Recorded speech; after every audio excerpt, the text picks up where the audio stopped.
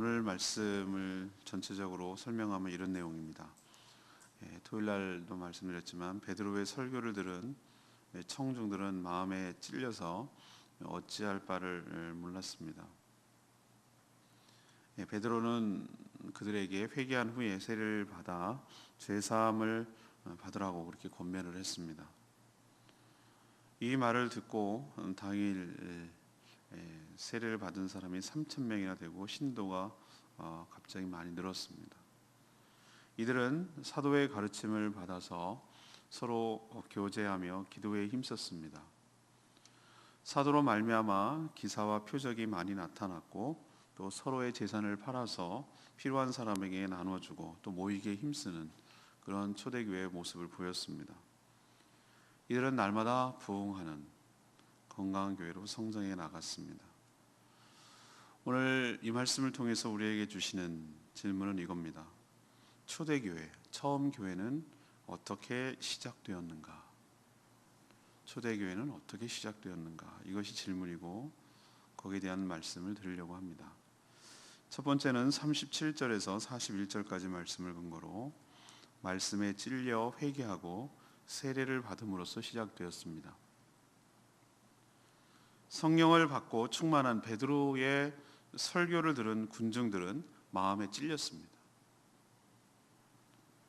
이처럼 성령의 인도하심을 따라 전한 말씀은 사람의 마음을 움직이는 능력이 있습니다. 특히 베드로가 전한 말, 토요일 날 묵상했죠. 하나님이 보낸 메시아도 몰라보고 나사렛 출신 예수 그리스도가 하나님 보내신 메시아였는데 그것도 몰라보고 법도 없는, 율법도 모르는 로마 병사들의 손을 빌려서 그 메시아를 너희들이 죽였다라고 말하는 이 말을 들은 이 유대인들은 어찌할 바를 몰랐습니다. 그게 만약에 사실이라면 이거야말로 씻을 수 없는 죄이기 때문에 그렇죠. 어떻게 하나님이 보낸 우리가 그렇게 기다리고 역사적으로 그렇게 고대하던 메시아를 세상에 몰라본 것도 큰 죄인데 이방인의 그것도 자기 손이 아닌 이방인들의 손으로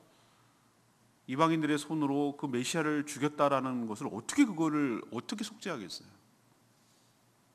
자기가 할 수 있는 게 아무것도 없어요. 죽어도 씻지 못할 죄거든요. 그래서 37절에 보면은 이런 표현을 하고 있어요. 형제들아, 우리가 어찌할꼬 이 사태를 어떻게 하면 좋겠느냐? 어떻게 해야 되면 좋겠는가? 이렇게 정말 참담한 마음을 표현하자 베드로가 뭐라고 그랬어요? 회개하여 각각이 중요합니다. 집단적인 것이 아니고 회개는 각각 하는 것이죠. 뭉뚱그려서 하는 건 아니에요. 각각 그 자신이 해야 되는 것이죠. 각각 회개하고 예수 그리스도의 이름으로 또 각각 세례를 받아야 됩니다. 집단적으로 받는 것 아니에요. 세례를 받고 죄 사함을 받으라 이렇게 촉구했어요. 이게 복음이죠. 그렇게 되면 자신들이 받은 것처럼 하나님께서 그렇게 메시아도 몰라보고 죽인 그 사람들일지언정 그들이 진심으로 회개하고 그리고 세례를 받고 죄 사함을 받으면 이 순서를 잘 기억해야 됩니다. 회개가 먼저, 세례는 죄 사함의 증표고 그리고 나면 자신들이 받은 것처럼 똑같이 하나님이 성령을 선물로 주실 것이다. 자신들처럼 된다 이거죠. 이거 얼마나 복음입니까? 죽어도 씻지 못할 죄를 회개하면 그리고 죄 사함을 받으면 똑같이 성령을 받게 해주신다는 이 말이 얼마나 복음이냐고요. 그런데 이 약속은 오늘 베드로가 놀라운 얘기를 해요. 너희는 여기서 유대인들을 말합니다. 그리고 너희 자손들 뿐만 아니고 먼데 있는 사람은 여기서 지역적으로 먼데 있는 사람이란 뜻도 되지만 곧이라는 것은 먼데 있는 사람을 설명하는 것이죠. 주 우리 하나님이 얼마든지 부르시는 자들에게 하나님께서 부르시는 사람은 누구라도 얼마든지 누구라도 다 이 과정을 거치면 이렇게 되면 성령을 받게 된다라는 이야기를 하는 거예요. 이게 정말 복음인 줄 알고 이 말 때문에 우리같이 전혀 관계가 없는, 전혀 어쩌면 관계가 없는, 너무 멀리 떨어져 있는, 멀어도 너무 멀리 있는 우리들도 이 놀라운 복음의 혜택을 받아서 2000년 전 이야기지만 놀랍게도 이 혜택을 받아서 우리도 이 패역한 세대에서 구원을 받게 된 줄로 믿습니다. 그래서 베드로의 이 설교 그리고 권면, 촉구한 것 이것대로 순종했어요. 하라는 대로 자신들의 죄를 회개하고 자신들이 메시아를 몰라보고 죽였다는 이 큰 죄, 예수 그리스도께서 자신을 위해서 죽으셨다는 것을 깨닫지 못한 죄, 예수 그리스도의 부활을 믿지 못한 죄, 이 모든 죄를 회개하고 나를 위한 주님, 그 주님을 이제 따르고 그분이 나의 구세주인 것을 고백함으로 그 증표로 세례를 받고 신도가 된 사람이 그날만 3,000명이었습니다. 놀라운 폭발적인 부흥의 역사가 시작된 것이죠. 여기서 우리가 알 수 있는 원리가 하나 있습니다. 교회는 뭔가 그러면? 교회가 이게 이제 이 사람들이 교회가 된 건데, 교회는 다른 사회단체와 여러 모임과 전혀 다른 성격이 하나 있습니다. 복음을 듣고 그 복음을 들은 후 자신의 죄를 깨닫고 그 죄를 깨달은 후 회개하고 회개하였음을 증표로 세례를 받고 그런 사람들, 그 동일한 과정을 거친 사람들, 그래서 예수 그리스도를 주라고 모시고 구세주라고 믿는 사람들의 모임, 공동체가 교회인 줄로 믿습니다. 이 관문을 철저하게 지켜야 되고 이것이 교회의 본질이란 말이죠. 그러나 또 하나 알 것이 있습니다. 그것은 집단적인 것이 아니라 각 개별적으로, 그리고 이 사람은 되고 이 사람은 안 되고 인종차별, 여성차별 이런 것이 없는 거죠. 어떤 차별도 없이 하나님이 예비하시고 하나님이 부르신 자들이라면 누구나 다 여기에 해당될 수 있다는 것이 교회의 본질적인 요소, 교회 구성의 가장 중요한 토대가 될 줄로 믿습니다. 그러면 거꾸로 뒤집어서 얘기하면 마음에 찔려서 회개하지 않는 사람, 그리고 세례를 받지 않는 사람, 그 증표로 예수 그리스도를 주라고 고백하지 않는 사람, 세례를 받을 때 그게 가장 핵심되는 것이니까 예수 그리스도를 구세주라고 고백하지 않는 사람, 이런 사람은 교인이 될 수 없다는 얘기도 되는 것이죠. 우리도 이 교회의 본질, 복음을 통한 이 과정, 이것이 교회의 시작점이고 이것이 교회의 근간이 되는, 출입문이 되는 것이니 우리도 이 원리를, 이 원칙을 잘 지키면서 말씀을 통하여 찔려 회개하고 세례를 받는 자들이 모여 있을 때, 그 공동체가 유기적으로 연결될 때 교회가 될 수 있음을 기억하고 저희도 이런 교회가 되어 나가고 유지되기를 간절히 소망합니다. 두 번째 얘기, 그럼 초대교회는 어떻게 시작됐는가? 42절에서 43절 말씀, 사도의 가르침을 받고 교제하며 기도에 힘쓰므로써 시작되었습니다. 그냥 세례를 받고 그냥 흩어져서 있는 각 개인으로 있는가? 그렇지 않다는 거예요. 그들이 모여서 유기적으로 연합되기 시작했어요. 하나의 공동체를 이루기 시작했어요. 각 세례를 받고 그냥 알아서 각자 신앙생활하는 거 그렇게 소승불교처럼 하지 않는단 말이죠. 그들이 모였어요. 그리고 우리가 알고 있는 예루살렘 교회, 초대교회가 그때 비로소 생겨난 것입니다. 이들은요, 교회가 이래야 된다라는 어떤 그림을 갖고 계획을 갖고 플랜을 갖고 시작한 것 아니에요. 자연스럽게 이렇게 됐는데 이것이 하나님께서 꿈꾸시는 교회의 모습으로 나간 것이죠. 이들이 처음부터 1단계는 이거, 2단계는 이거, 3단계는 이거 이렇게 하지 않았어요. 다만 성령의 인도하심대로, 이끄심대로 자연스럽게 나아갔는데 이것이 교회의 모델이 되고 교회의 원형이 됐어요. 오리지널, 원형. 가장 기초 시작하는 처음이 돼버렸어요. 여기서 모든 것이 카피해 나갔죠. 우리로 치면 어떻게 됩니까? 주물을 뜰 때 틀을 만든 거예요. 틀. 거기다가 이렇게 부으면은 그 바가지가 플라스틱 같은 게 계속 나오잖아요. 그걸 주물틀이라고 그래요. 이런 것처럼 자연스럽게 초대교회 형성할 때 주물을 만드는 과정처럼 교회의 원형이 무엇인지가 이때 자연스럽게 나온 것이에요. 자, 그러면은 어떤 모습이었는가?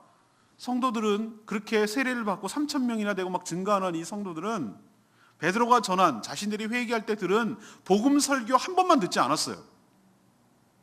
오늘 보니까 뭐라고 그랬습니까? 이들은 지속적으로 사도의 가르침을 받은 줄로 압니다. 42절 보세요. 그들은 사도들의 가르침을 받았다고 그랬어요. 어쩌면 복음을 듣고 거듭난 이후에 어떻게 살아야 하는지 실전편이 남아있기 때문에 더 많이 배워야 하는 것이 신앙생활인 줄로 압니다. 더 많이 배워야 돼요.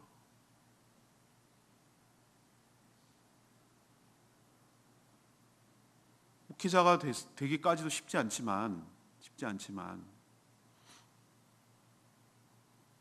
그 과정도 내가 쉽지 않다고 말씀드렸잖아요. 얼마나 많은 과정, 의사 뺨칩니다. 그런데 영혼을 다루기 때문에 그래요. 더 엄격해야 된다고 저는 걸러내야 된다고 생각하고. 근데 저는 끝나면 끝난 줄 알았어요. 목사 안수 받으면 끝나는 건 줄 알았어요. 아니요. 그때도 이후에도 수없는 과정들을 배워나가요. 좋은 세미나 있으면 또 가서 듣고, 어떤 코스웍 있으면 또 듣고. 제가 농담 삼아서 신대원 졸업하고 나서 목사 안수 받고 나가지고 그 교육받은 거 다 모으면은 좀 보태가지고 차 한 대는 충분히 샀겠다, 이런 얘기를 제가 하거든요. 충분히 차만 사, 집도 살지 몰라요. 어쩌면 그렇게 계속해서 배웁니다. 근데 성도들은 그냥 너무 다른 것에 대해서는 많이 배우고, 막 부동산 투자법, 뭐 주식을 어떻게 하면 대박 나느니, 뭐 10억 만들기, 뭐 이런 거, 그다음에 뭐 바리스타 교육 이러면서 엄청 많이 배우면서 하나님 말씀을 배우는 것에 대해서는 굉장히 인색하고, 마치 선심 쓰는 것 같고, 귀찮아하는 것 같고, 군더더기를 같고, 그렇게 느끼는 거 보고 저는 아연실색합니다. 성경을 몰라도 너무 모르는 것이에요. 이들요, 가장 따끈따끈하고 가장 성령으로 충만했음에도 불구하고 이들이 어떻게 실제 생활에서 말씀을 적용하며 살아가야 되는지에 대해서 사도들로부터 끊임없이 말씀을 교육받고 공급받고 그렇게 가르침을 받았어요. 이게 초대교회의 모습인 줄로 믿습니다. 신앙생활을 계속 배워나가야 되는 것이에요. 그 배움이 충족이 안 되니까 이단들이 그 빈틈을 이용해가지고 무료로 성경을 가르쳐 준다는 둥, 뭐 색다른 걸 이용해가지고, 그래서 수많은 이단들이 생겨난 것이에요. 저희 교회는 이 자체도, 말씀 강해 설교를 꾸준히 나가는 것 자체도 설교의 형태를 띠고 있지만, 말씀을 전하는 형태고 있지만, 이것도 일종의 저희 교육이라고 생각을 해요. 말씀을 꾸준히 순서대로 나가는 것이니까, 전권을 나가는 것이니까. 그리고 또 하나, 저희들이 삶 시리즈로 계속 진행되고, 앞으로 여러분 뭐 생명의 삶만 있는 줄 아세요? 그게 아니에요. 새로운 삶도 있고, 확신의 삶도 있고, 또 경건의 삶도 있고, 하나님을 경외하는 삶도 있고, 수많은 삶 시리즈들이 공부가 있어요. 할 거는 무궁무진해요. 열 몇 개 돼요. 열 몇 개. 언제 다 배우나? 왜 배워야 되나? 이 나이에 또 배워야 되냐? 80 되신 권사님도 배우시잖아요. 변화되잖아요. 여러분도 말씀을 배우는 것을 게을리하지 마시고, 또 올해 어떻게 개설이 될지 모르지만 말씀이 개설되면, 말씀 공부가 개설되면 저희가 주일 오후 예배가 없이 할 정도로, 왜 제가 처음부터 목회 방침을 그렇게 세웠겠어요? 다른 교회 다 있어요. 기성교회들은. 왜 없습니까? 놀려고? 아니요. 제가 전략적으로 주일 오후를 비워놓은 이유는 말씀을 배울 수 있는 시간을 확보하기 위해서예요. 그만큼 그게 중요하다고 판단했기 때문에 그래요. 그러나 꾸준히 계속 할 수는 없기 때문에 지금은 겨울이고 뭐 준비하는 과정에서 띄엄이 있습니다만, 이제 곧 광고를 하고 또 시작을 할 거예요.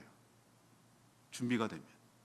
여러분도 배우는 일에 더욱 게을리하지 마시고, 말씀대로 여기 말씀대로 지속적으로 사도의 가르침을 받았던 것처럼 지속적으로 여러분도 가르침을 받고 배워가는 저와 여러분 되기를 소망합니다.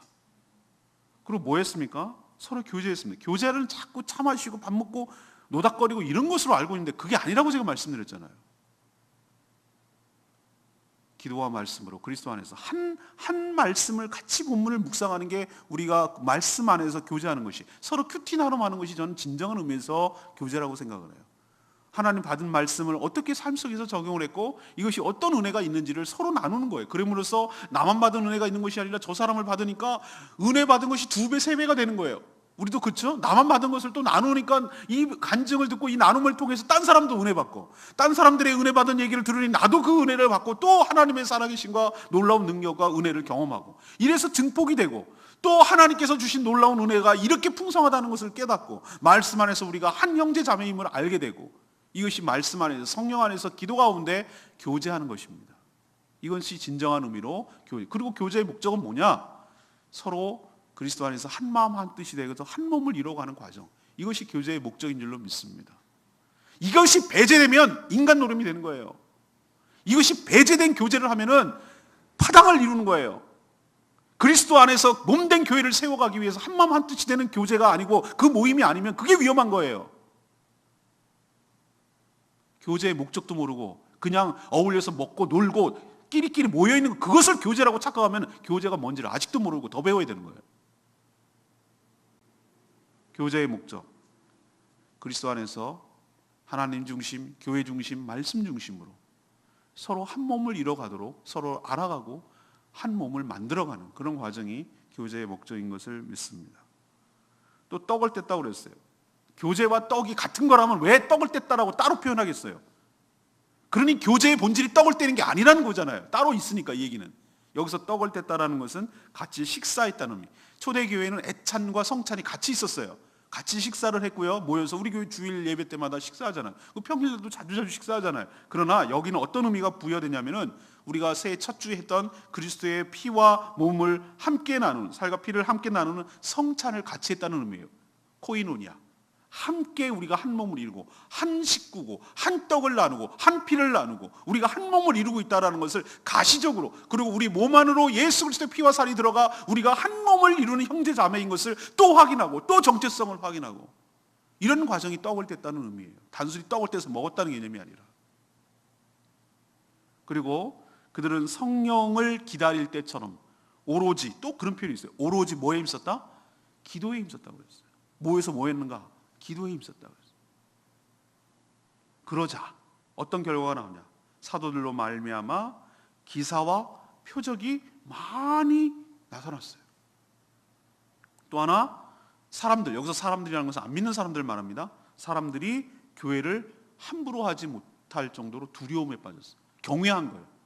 저렇게 살아가는 모습들을, 그 공동체를 이루고 살아가는 사람들을 함부로 대할 수 없는 것처럼 여기서 우습게 여기지 못했다, 이 말이에요.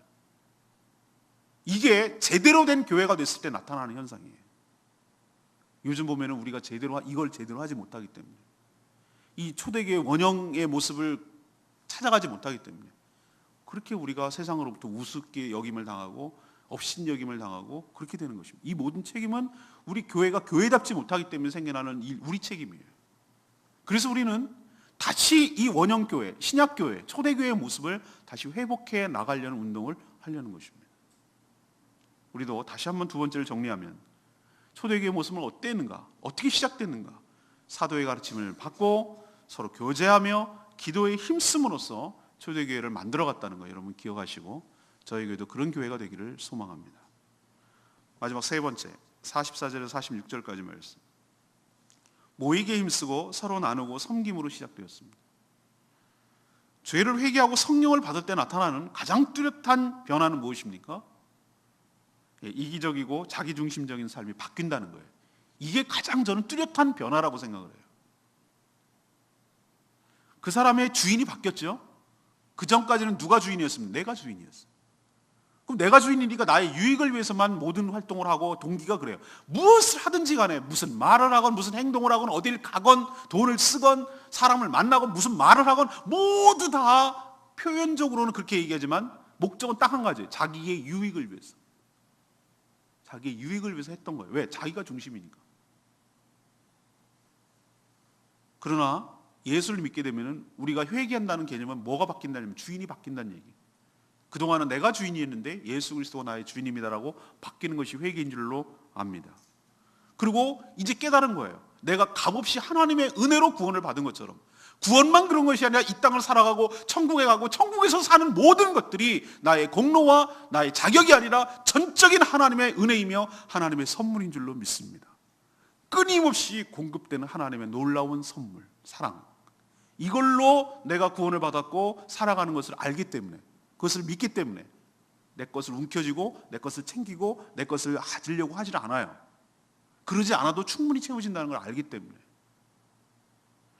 이런 은혜가 있기 때문에, 이런 믿음이 있기 때문에 전에는 늘 더 움켜쥐고 남의 것을 빼앗으려고만 했는데 이제는 바뀌어져서 자신의 것을 필요로 하는 다른 지체들에게 나누어 줄 수 있는 여유, 그 마음이 생겨난 것이 예수 믿고 난 이후에 큰 변화이고 그것이 성도들의 모습이고 초대교회의 모습인 줄로 믿습니다.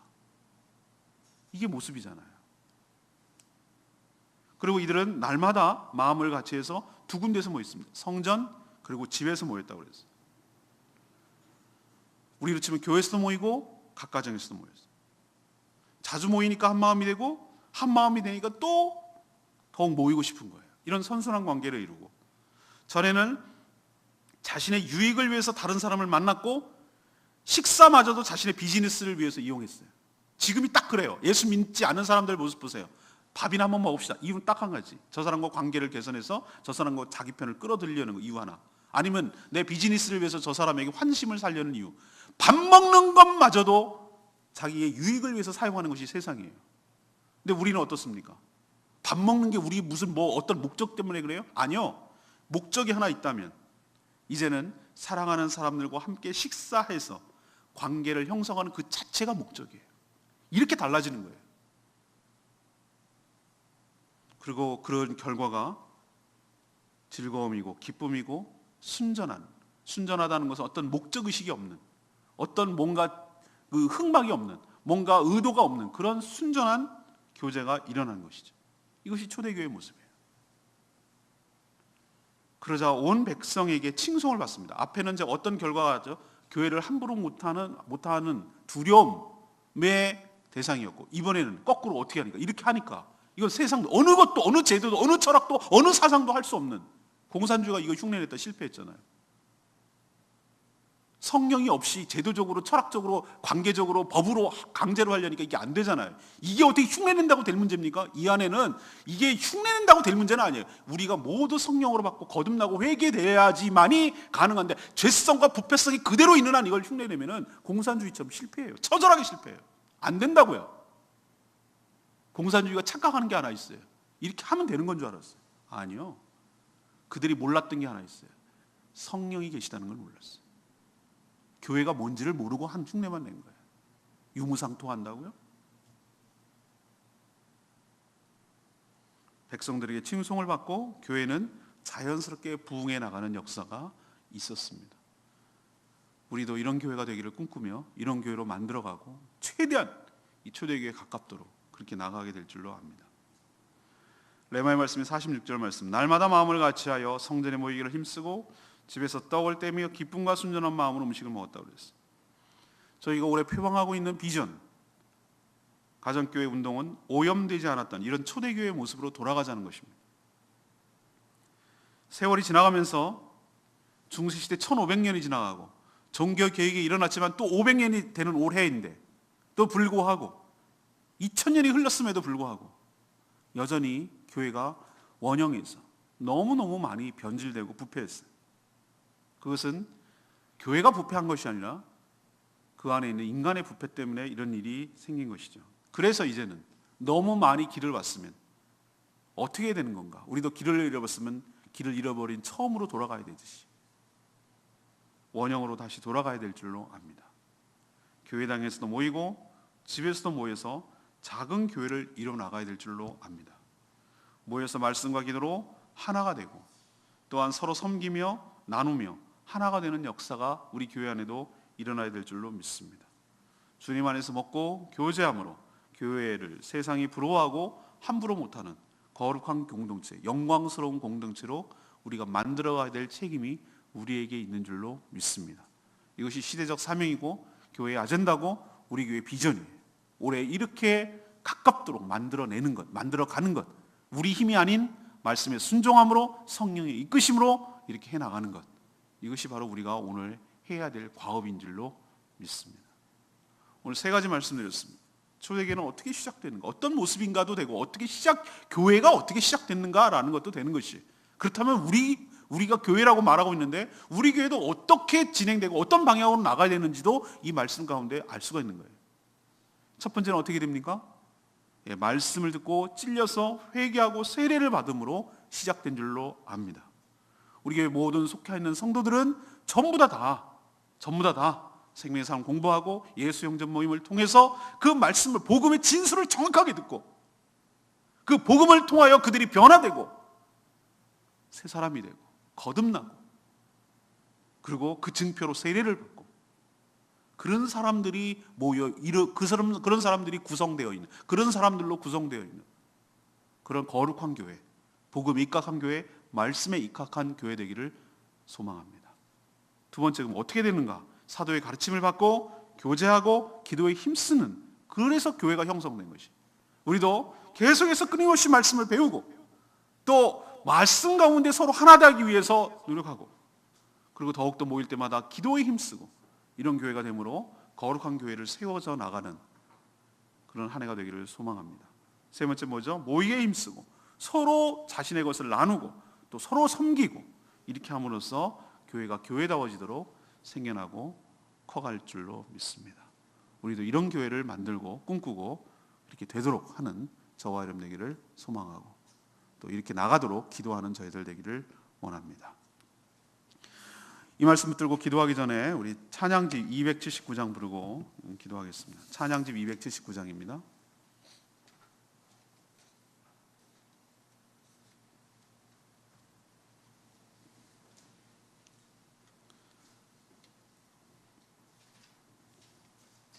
(279장) 여기에 모인 우리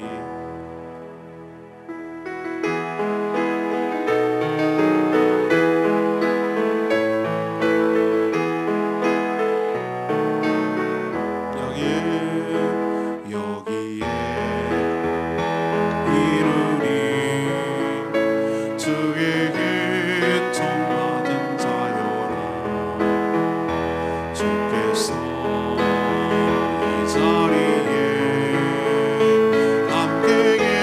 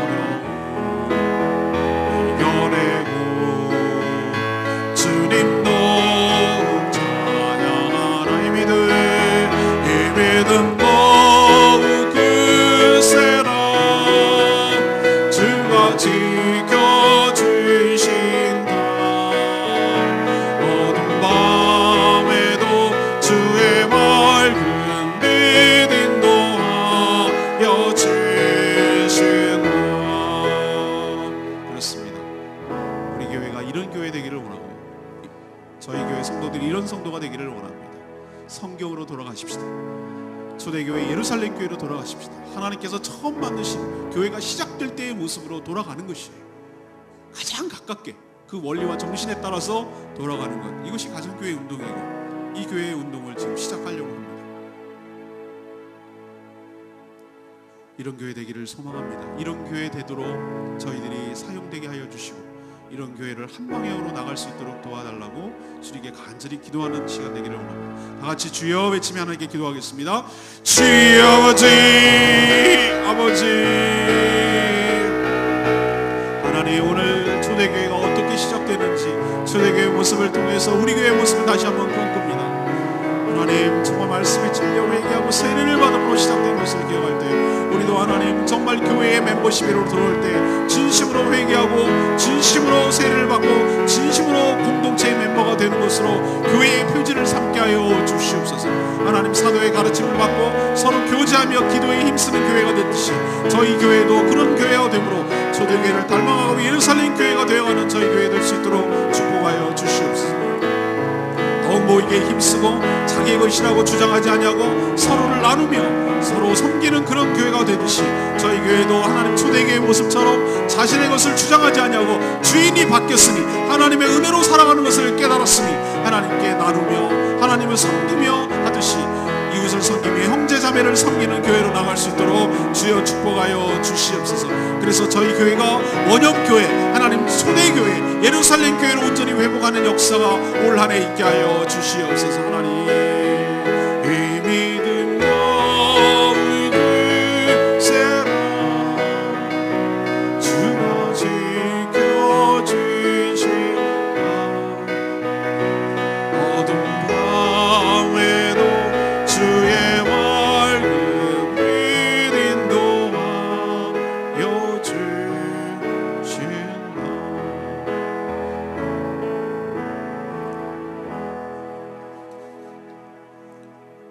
하나님, 저희도 말씀을 받아 마음에 찔리면 즉각 회개함으로 변화되는 역사 있게 하여 주시옵소서. 복음은 모든 사람을 살리는 하나님의 능력이며 지혜임을 믿습니다. 누구에게나 이런 놀라운 기회를 주시고 축복을 주시니 감사합니다. 저희 교회가 저희 교회 성도로 들어올 때 이런 말씀에 입각한 대로 복음을 전하고 회개하고 죄사함 받고 세례를 받고 성령을 받음으로 그런 사람들로 교인들이 구성되게 하여 주시옵시고 관문을 그렇게 분명하게 잡게 하여 주시고 말씀의 토대 위에 세워지는 교회 되게 하여 주시옵소서. 이처럼 초대교회처럼 저희 교회도 예수 그리스도 위에 복음을 통하여 건강한 교회로 성장하게 하여 주시옵소서. 서로 사랑하며 아끼며 나누고 섬기는 그런 건강한 교회 되게 하여 주시옵시고 모이게 힘쓰고 필요에 따라 나눠주는 그런 관계가 되게 하시옵소서. 관계가 수단이 되지 않게 하시고 관계가 순전한 그 자체의 목적이 되게 하여 주시옵소서. 저희 교회가 이 비전에 따라 가정교회를 시작하려고 합니다. 저희들에게 능력을 더하여 주시옵시고 최대한 이 말씀에 근거한 그리고 말씀에 가까운 교회로 만들어갈 수 있도록 축복하여 주시옵소서. 이 비전에 모든 성도들이 한마음 한뜻으로 동의하고 동참하고 함께 나갈 수 있도록 축복하여 주시옵소서. 이 한 주간 주님의 은혜로 살기를 원합니다.